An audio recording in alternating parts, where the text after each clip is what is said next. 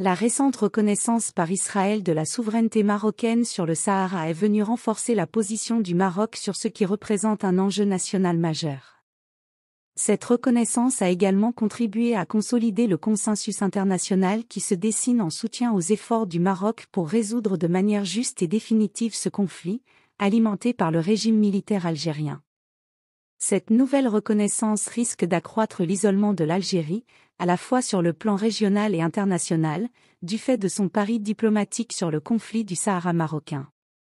Elle pourrait aussi accentuer la pression sur la France et compliquer davantage la situation politique et diplomatique pour le président Emmanuel Macron. Depuis de nombreuses années, la France s'est positionnée comme le principal allié international du Maroc au Conseil de sécurité, en particulier sur la question de l'intégrité territoriale du Maroc. En retour, la France a bénéficié d'avantages économiques et géostratégiques significatifs. Cependant, la France a longtemps fait preuve d'opportunisme en exploitant la question du Sahara marocain comme une carte diplomatique pour renforcer sa présence en Afrique du Nord. La France a toujours maintenu une position « grise » sur cette question, n'annonçant pas ouvertement la souveraineté du Maroc sur le Sahara, contrairement aux États-Unis, Israël et certains pays arabes, mais ne soutenant pas non plus ouvertement l'idée d'une sécession financée par l'Algérie. La reconnaissance américaine de la souveraineté marocaine sur le Sahara a mis en lumière cette hypocrisie française, qui a été encore plus évidente après les prises de position de l'Allemagne, de l'Espagne, de l'Autriche, de la Suisse et d'autres pays. La nouvelle reconnaissance par Israël vient renforcer la pression sur le président français Emmanuel Macron. La France ne peut plus prétendre être le seul soutien international du Maroc sur cette question, d'autant plus que le consensus international sur la souveraineté du Maroc sur le Sahara n'a plus besoin de l'appui de la France. Le Maroc a réussi à gagner le soutien de pays clés pour sa cause nationale, sans nécessiter l'intervention française. C'est un résultat direct de la vision du dirigeant actuel du Maroc, qui a réussi à obtenir le soutien de pays autrefois favorables à la sécession, notamment en Amérique latine et en Afrique.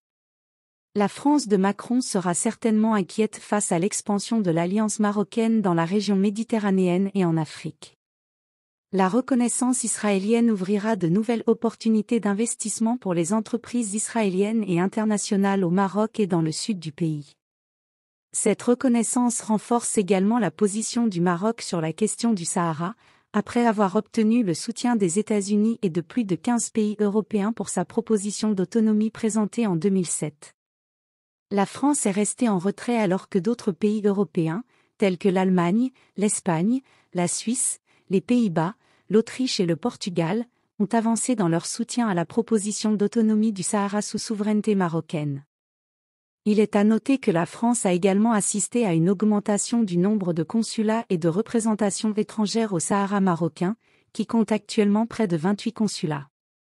Il reste à voir si la France, sous la présidence de Macron, fera preuve d'audace politique et de clarté diplomatique en reconnaissant explicitement la souveraineté du Maroc sur le Sahara, conformément à la légalité internationale et à la vérité historique. Ou bien, Macron choisira-t-il de continuer à flirter avec l'Algérie au détriment des intérêts du Maroc ? Seule une « cacophonie » semble se démarquer du consensus obtenu par le Maroc sur la question du Sahara marocain.